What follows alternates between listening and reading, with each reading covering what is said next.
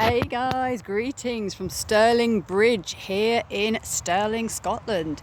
I've actually just been up to the William Wallace National Monument, which was just amazing. The wind was so gusty at the top, but it's important actually to mention that at the top of that hill it's called Abbey Craig, and it's positioned there because that is where William Wallace and Andrew de Moray was said to actually look out on that viewpoint to watch the English armies coming over and plot their strategy to win the Great Battle of Stirling here on the 11th of September 1297.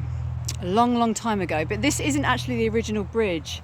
This is the old Stirling Bridge that is made of stone, clearly, but the original bridge that was in 1297, which William Wallace and Andrew de Moray won the Battle of Stirling. If you know your Scottish history, or I'll inform you, update you with that.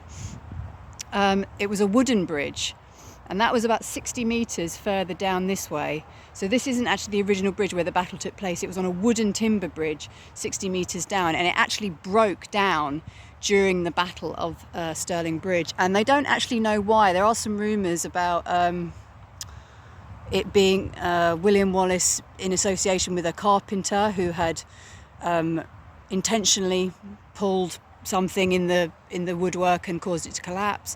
There are other theories about other Scottish noblemen who had planned to break down the bridge so they could retreat. So all these theories and stuff, but historic documents say that during the Battle of Stirling, the bridge broke and filled with blood. And Andrew de Moray, who was William Wallace's ally, was fatally wounded in that war. But the Battle of Stirling is one of the most important historic moments in Scottish history, because it was one of the first major wars against the English, Edward I's army that wanted control over Scotland, and William Wallace wasn't having it. He wanted his country to be free, wanted his countrymen to be free and women, and he wanted to fight for the freedom of Scotland. So this bridge is a monument to that great battle that happened about 60 metres down. Now, I learned quite a lot when I was up at the National Monument. I mean, it's a fantastic place to go and learn about William Wallace, the man himself, and you get to see his sword, which is just incredible. You actually do get to see his sword from the late 1200s until his death in 1305 down in London, as we all know, at Smithfield Market, that horrible, brutal execution. But William Wallace would have been standing on the hills in the background. I mean, you can't see the monument for here, but from the bridge you actually can. But this bridge was actually really important because it was the gateway between the Highlands and the Lowlands over here, so crossing into the north and south of Scotland. So this was a really important crossing point here on the River Forth. It's a famous river in Scotland. It's called the River Forth. And I actually discovered, because I'm trying to find out my family ancestry. Now, I'm the Graham clan, but there are actually two Graham clans. There's the Grahams of Montrose and the Grahams of Menteith. And my granddad had a dark Graham tartan, which aligns a bit more with the Grahams of Menteith. And I was asking a lady up at the monument, and she said the port of Menteith is in this area, well, not too far away from this area. I think it's down south. I have to look on the map for that. But it's pointing more to my clan being the Grahams of Menteith, because my grandfather was from the Stirling area in Kilsyth, and he lived here in Stirling when he was a young boy. So it's kind of pointing more towards, from the more I'm finding out about my family history and the clans, the Graham clan that I am, it's looking more like I'm Graham of Monteith. And I found out at the monument that it was actually John Graham of Menteith that betrayed him, and he was captured and executed in London. So that's pretty hard news to take, actually. I could be descendants from a clan of a nobleman who actually betrayed William Wallace. So, but hey, you can't help your ancestors. You can't help who they are or who they were.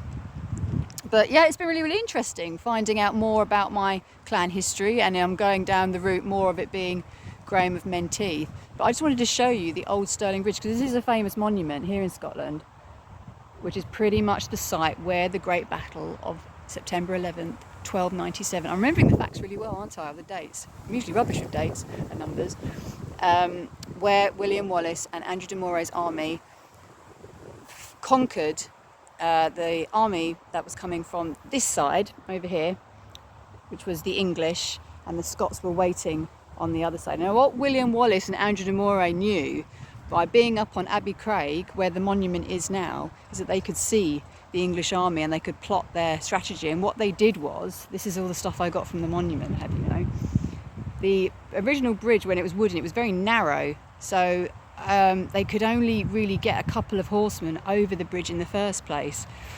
So what Wallace and Moray did was that they planned that they would get as many, probably over half of the English army coming to attack over the bridge.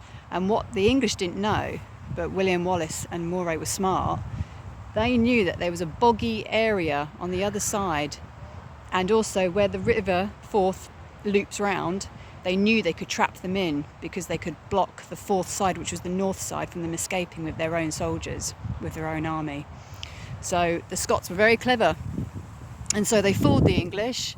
The bridge broke, and the army that didn't cross the bridge retreated, and the army soldiers of the English who managed to get over the bridge were all slaughtered because they were all trapped by the river, by the loops of the river, and by Wallace and de Moret's army. So they were super. They knew how to win a war. But unfortunately, it didn't happen again in Falkirk, I think the war was, where the English showered them with arrows, and poor William Wallace retreated, went into hiding. He went to Europe, and then when he came back, he was betrayed by John Graham of Menteith. And then the rest of the history is down in London, where he was trialled and horribly executed at Smithfield Market. But it's just really good to come and see where his great battles were, and one of them was here at the Bridge of Stirling. It's one of the most famous wars in Scottish history. So I just wanted to share that with you, but I'll let you have a look. This is the bridge. I crossed it earlier. It's a lovely bridge, but like I said, it's not the original bridge where the war took place on the River Forth here. It's about 60 metres down the other way, down there.